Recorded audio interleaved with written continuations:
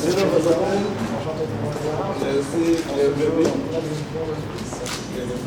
première fois. Absolument. C'était le palais royal des années 60.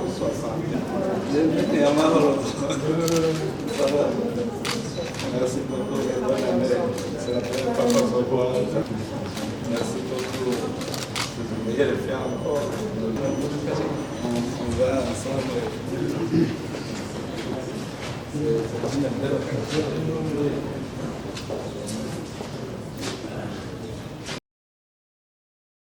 Donc c'est un honneur vraiment en mon nom personnel, au nom des institutions européennes, des 27 pays membres de l'Union européenne, et mes amis et collègues ambassadeurs sont aussi là pour en témoigner, de vous partager cette nouvelle de la décision prise le 8 février dernier à 16h par le Conseil des ministres de l'Union européenne de suspendre les mesures appropriées qui avaient été mises en place en 2016.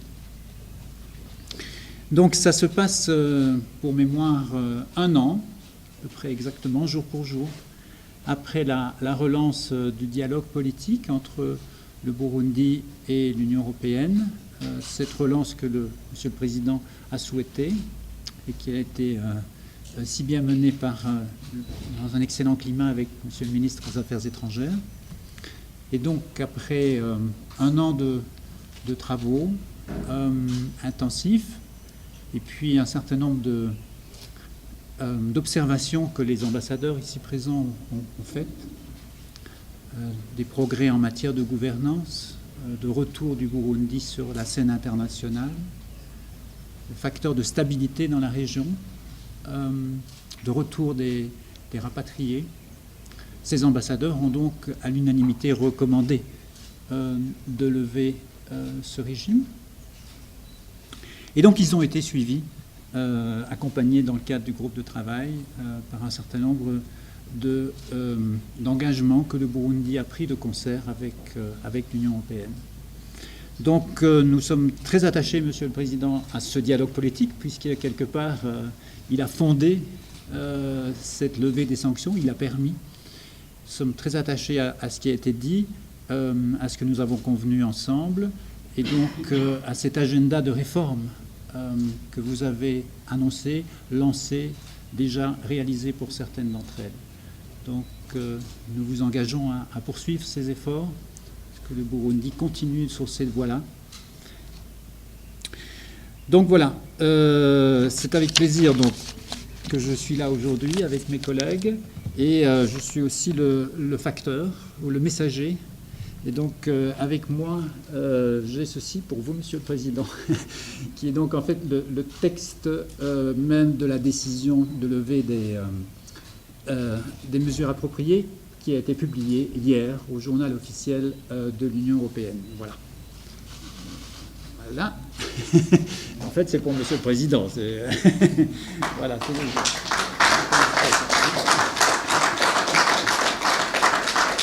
Merci beaucoup.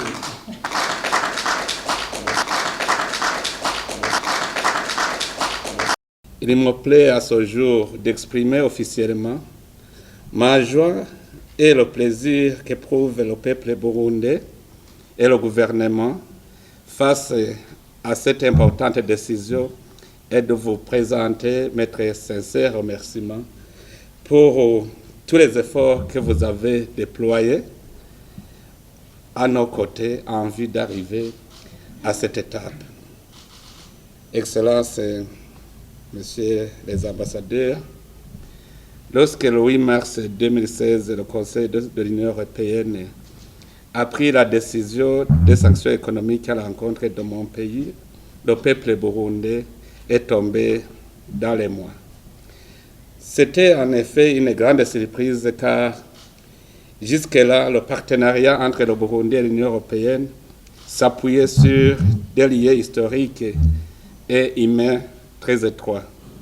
Et tout se passait par un dialogue sincère et franc. Je peux vous dire, messieurs les ambassadeurs, nous sommes comme une maman qui vient d'accoucher. Elle ne se souvient plus des douleurs de l'accouchement. Nous célébrons ce jour de la joie, de la joie de retrouvailles pour partager le même chemin de recherche du bien-être du peuple burundais.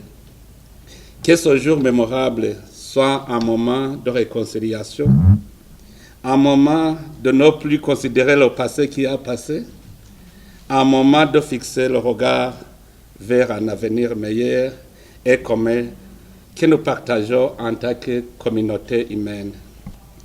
Je voudrais réitérer ici la ferme volonté de mon gouvernement de continuer à travailler étroitement avec vous, chers ambassadeurs, pour cultiver ensemble le jardin commun d'amitié, d'entente, de compréhension mutuelle et de soutien réciproque. Ces engagements que nous avons déjà pris sont donc les nôtres et il est de notre devoir de les assumer et de les mettre en œuvre sans faux fuyant, dans le strict respect, bien sûr, de la législation et de la souveraineté nationale. Je vous demande de nous accompagner dans leur mise en œuvre, de reconnaître les efforts du peuple burundais dans sa lutte pour son bien-être, de considérer que les difficultés qu'on rencontre sur cette voie ne constituent pas des vices, mais aussi et surtout comprendre et juger l'évolution de la situation au Burundi à travers sa véritable image. Le Burundi est un pays debout, un pays viable et stable, doté d'institutions légitimes, un pays jaloux de sa souveraineté et qui a décidé de tisser solidement son partenariat avec la communauté internationale dans ces complexes quotidiens. C'est dans cette logique que je lance un appel amical à vous, les partenaires bilatéraux que la plupart d'entre vous représentent ici, de s'inscrire dans cet esprit d'ouverture pour que nous puissions évoluer tous ensemble, afin que prévale le dialogue sincère ainsi qu'un partenariat dynamique, engagé, digne et respectueux. Cet appel s'adresse aussi aux opérateurs économiques étrangers qui voudraient investir au Burundi. Le Burundi est un pays de mille et une opportunités, un pays qui a encore des terrains vierges à défricher dans tous les domaines économiques. Si vous, les investisseurs, les opérateurs économiques étrangers, vous ne venez pas donc aujourd'hui, vous risquez d'être en retard car désormais, les portes sont ouvertes à tous. Vous le savez, vous l'avez vu que les visas maintenant sont octroyés à l'entrée du pays.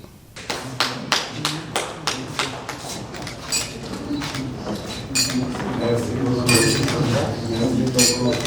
Merci pour les efforts fournis.